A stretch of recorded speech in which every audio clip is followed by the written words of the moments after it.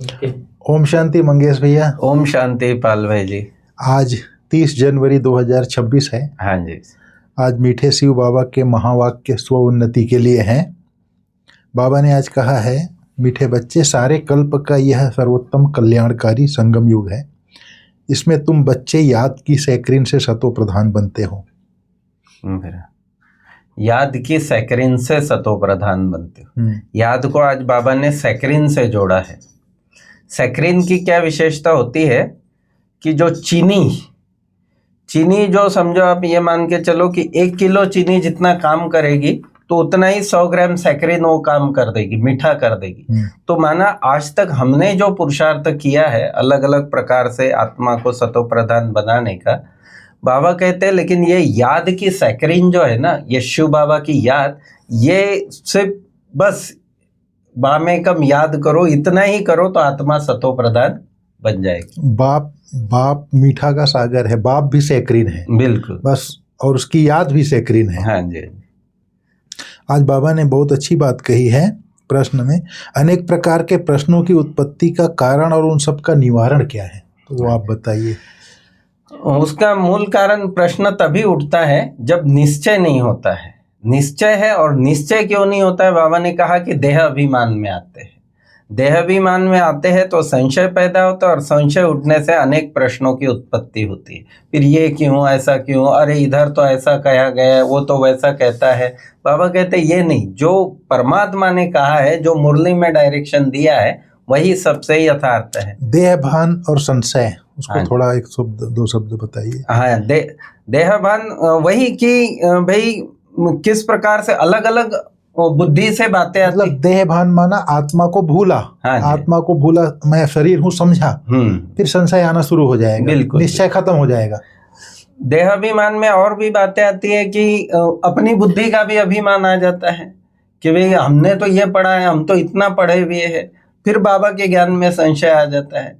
तो इस प्रकार से बाबा कहते हैं कि देह अभिमान आने से फिर संशय पैदा होता है। ये राइट बात है। और फिर बाबा कहते हैं मैंने तुम बच्चों को जो धंधा दिया है, पतित से पावन बनो और औरों को बनाओ, इस धंधे में रहने से सब प्रश्न ऑटोमेटिक समाप्त हो जाएंगे। ये मूल बात है उसमें।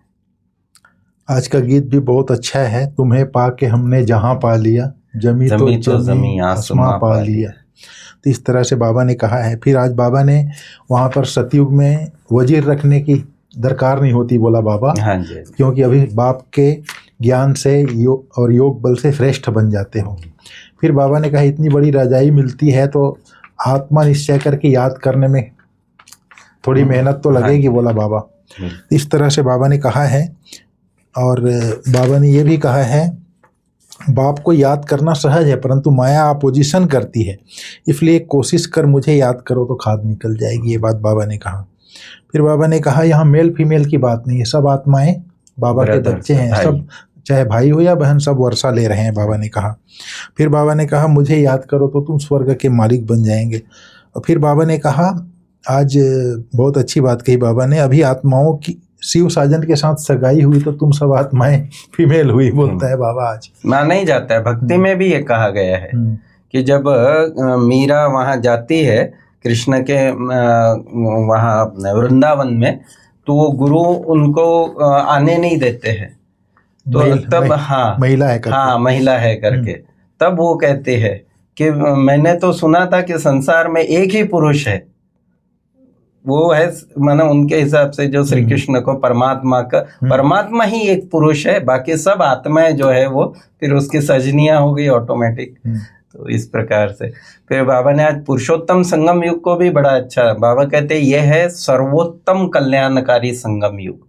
और आगे बीच में बाबा ने कहा कि यह सुहावना संगम युग है, इसका नाम रखा जाता है पुरुषोत्तम।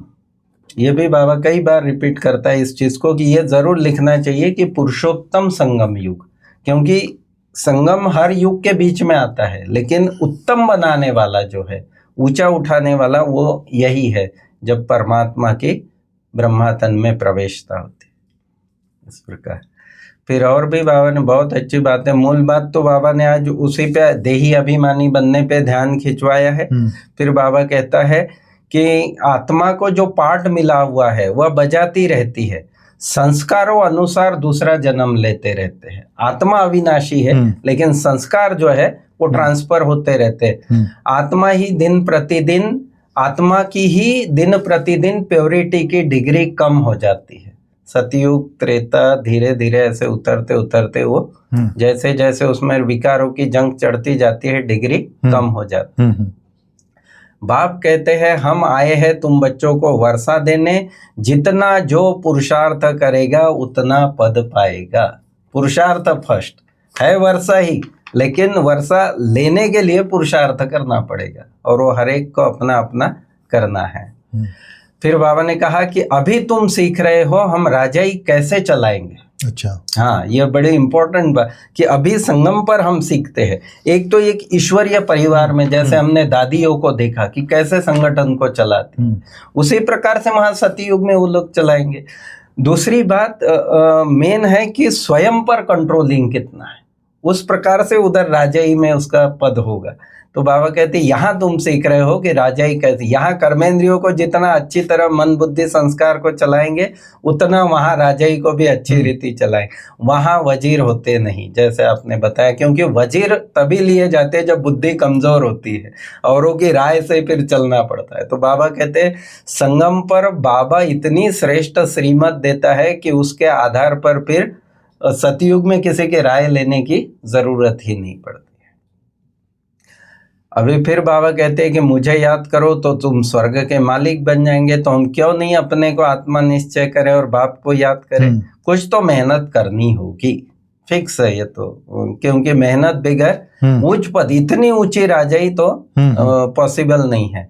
यह माया का वंडर है जो घड़ी घड़ी तुमको भुला देती है। उसके लिए बाबा कहते हैं उपाय रचना चाहिए, क्योंकि मेरे को किस प्रकार की माया आती है वो मुझे ही ज्यादा पता है और उसमें से निकलने का रास्ता भी मुझे ही पता होता है। इसलिए बाबा कहते हैं कोई ना कोई उपाय रचो।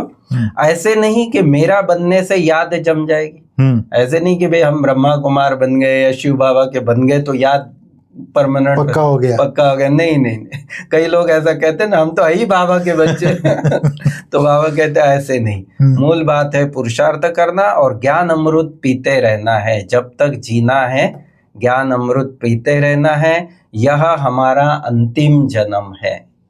इस शरीर का भान छोड़ देही अभिमानी बनना है। फिर बाबा ऐड करता है कि गृहस्थ व्यवहार में भी रहना है। ये भी बाबा ने दूसरा रास्ता नहीं बताया। बाबा कहते हैं गृहस्थ व्यवहार में रहते ही तुमको अपनी धारणाओं को मजबूत करना है, क्योंकि जो बाबा स्थापन कर रहा है वो सतयुगी दैवी राज्य, वो भी गृहस्थ पवित्र गृहस्थ व्यवहार है। इसलिए बाबा कहता है कि गृहस्थ में ही रहना। यहाँ पर जैसे बाबा ने कहा जब तक जीना है पुरुषार्थ करना है, ज्ञान अमृत पीते रहना है। हाँ जी, ये ब्राह्मण जीवन स्टूडेंट लाइफ है। हाँ जी, माना स्टूडेंट लाइफ जब तक है बिल्कुल तब तक पढ़ाई करते ही रहना पड़ेगा, ज्ञान अमृत का श्रवण करते ही रहना पड़ेगा। उल्टा और ही अच्छे स्टूडेंट की ये निशानी है कि वो और नया नया सीखने का उसको ये रहेगा, नए नए प्रयोग करने। बाबा के ज्ञान पे ही हम किस प्रकार से उसको अलग अलग रीति से स्वयं के लिए यूज करें, दूसरों को उसके बारे में समझाए, तो वो चिंतन बड़ा इंपॉर्टेंट चीज हो जाती है। आत्मा जो अविनाशी है वह हिसाब किताब चुकत कर चले जाएगी, ऐसे नहीं आत्मा आग में पड़ने से पवित्र होगी। बाबा कहता है आत्मा को याद रूपी योग अग्नि से ही पवित्र होना है। योग ही अग्नि है, बस ये बाबा ने कहा कि योग ही अग्नि है, उससे उसके अलावा और किसी भी उपाय से आत्मा न कोई गंगा स्नान से होगा न स्थूल अग्नि से होगा। हाँ, नहीं किसी प्रकार से। फिर जैसे आपने बताया कि अभी ये हमारा शिव साजन है, उसके साथ हमारी सगाई हुई है, तो साजन हमारा एक ही बात कहता है कि मुझे याद करो तो तुम पावन बन जाएंगे। अभी तुम 21 जन्मों के लिए सर्वोत्तम पावन बनते हो, उसको कहा जाता है संपूर्ण निर्विकारी पावन। तो बाप जो श्रीमत देते हैं उस पर चलना चाहिए, कोई भी संकल्प उठाने की दरकार नहीं, कोई भी संशय, क्योंकि निश्चय बुद्धि विजयंती संशय बुद्धि विनश्यंती। तो बाबा के ज्ञान में बाबा की जो मुरली है, बाबा कहते हैं इसमें कभी भी संशय नहीं आना चाहिए। फिर सार बताइए आप। बाबा ने कहा आज एक पॉइंट और है, हाँ। तुम्हारी बुद्धि में 84 जन्मों का चक्र बैठा है। तुम जैसे अब लाइट हाउस हो, मतलब अर्थात रोशनी दिखाने वाले। हाँ। इस ज्ञान के चक्र को जान गए हो, यह चक्र कैसे फिरता है। अभी तुम बच्चों को और सबको रास्ता बताना है। हाँ, लाइट हाउस का। हाँ, जैसे काफिला चलता है ना, मंत्रियों का पायलटिंग करती है गाड़ियाँ, रास्ता बताता है, रास्ता क्लियर करता है। ऐसे बाबा ने कहा सब नहीं आए हैं, तुम पायलट हो। तो ये 84 का चक्र का ज्ञान बुद्धि में बैठ गया तो जैसे तुम लाइट हाउस बन गए। फिर बाबा ने कहा इस धारणा के लिए सार में उसी को रिपीट किया है, जब तक जीना है तब तक ज्ञानामृत पीना है। अपनी झोली ज्ञान रत्नों से भरनी है, संशय में आकर कोई प्रश्न नहीं उठाने हैं। फिर दूसरी पॉइंट बाबा ने कहा योग अग्नि से आत्मा रूपी सीता को पावन बनाना है। किसी बात के विस्तार में जास्ती न जाकर देही अभिमानी बनने की मेहनत करनी है। ये भी इम्पोर्टेंट बात कि और बातों के विस्तार में जाने की जरूरत नहीं, मूल बात है देही अभिमानी बनने की, आत्मा इसी पुरुषार्थ में लगे रहना चाहिए। शांति धाम और सुख धाम को याद करना है। मेन चीज है, आज मैं सोच रहा था जैसे ही हम स्वचिंतन छोड़ते हैं, स्वचिंतन और स्वदर्शन छोड़ते हैं, और सामने वाला दिखाई देता है, परदर्शन और परचिंतन छोड़ते हैं। इसलिए मेन चीज है फोकस करना है, देही अभिमानी बन के स्वचिंतन और स्वदर्शन करें। बस यही एक शब्द को पकड़ने की, बाबा कहता है ना स्वचिंतन उन्नति की सीढ़ी है, परचिंतन पतन की जड़ है। अपनी आत्म उन्नति करनी है तो बस स्वचिंतन करते रहो, इस पर पूरा अटेंशन होना चाहिए। बाबा ने कहा ना जास्ती बातों के विस्तार में ना जाकर देही अभिमानी बनने की मेहनत करनी है। फिर आज बाबा ने वरदान में बोला सदा मनन द्वारा मगन अवस्था के सागर में समाने का अनुभव करने वाले अनुभवी मूर्त भाव। मनन द्वारा मगन अवस्था, वो मनन द्वारा ही होगी वो मगन अवस्था। अगर वो दूसरा मनन चलता रहेगा ना, वो परचिंतन वाला उधर, तो फिर नहीं होगा।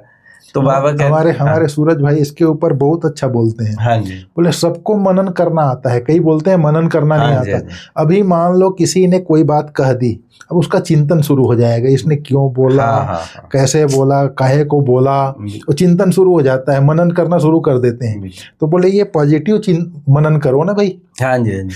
और कई लोगों की यह भी कंप्लेंट रहती है कि हमारे मतलब मेमोरी में रहता नहीं है। हाँ। अरे 50-30 साल वाली बात उसने वो कही थी, वो बराबर याद रहती। माने मेमोरी तो इतनी पावरफुल है। हाँ। कि 30 साल वाली बात जैसे कि वैसे ही याद है। किसी ने कुछ उल्टा सुल्टा बोल दिया ऐसा कुछ, और बाबा के मुरली के लिए कहते कि क्लास से निकले और वास। तो अनुभव को बढ़ाने का आधार है मनन शक्ति। मनन वाला स्वतः ही मगन रहता है।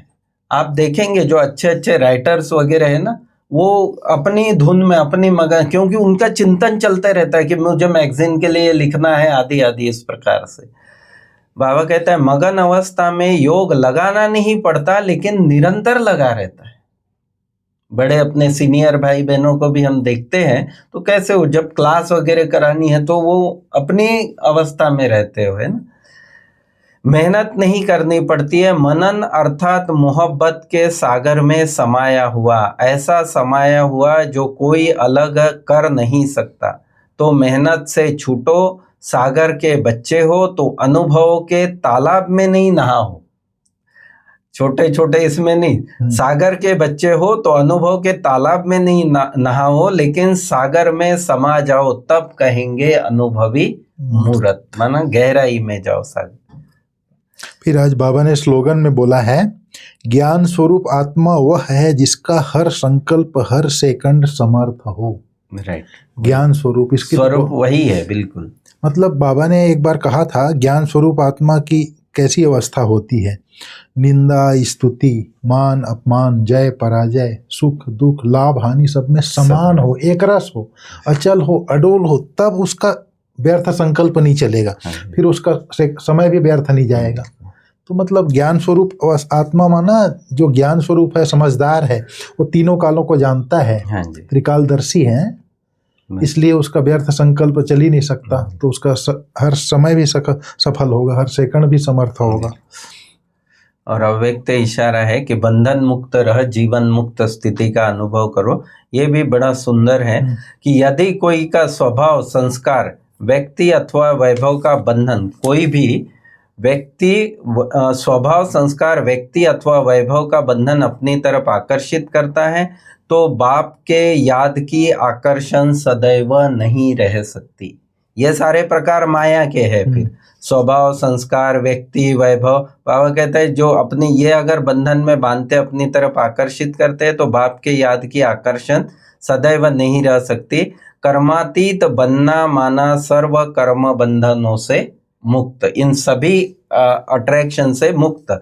न्यारे बन प्रकृति द्वारा निमित्त मात्र कर्म कराना, शरीर द्वारा कर्मेंद्रियों द्वारा निमित्त मात्र कर्म कराना, यह न्यारे बनने का पुरुषार्थ बार बार करते रहो। सहज और स्वतः यह अनुभूति हो कराने वाला और करने वाली, कराने वाला और करने वाली यह कर्मेंद्रियां अलग अलग है। माना आत्मा अलग और शरीर की कर्मेंद्रियों द्वारा मैं मास्टर, मैं मालिक, इनके द्वारा कर्म करा रहा। इसके लिए कल का वरदान था ना मर्जीवा वाला। हाँ। जैसे बाप लोन लेता है शरीर का, बंधन में नहीं आता, ऐसे आप बच्चे भी शरीर के स्वभाव के संस्कार के बंधन में नहीं आओ। जब चाहे जैसे संस्कार बना लो। हाँ जी।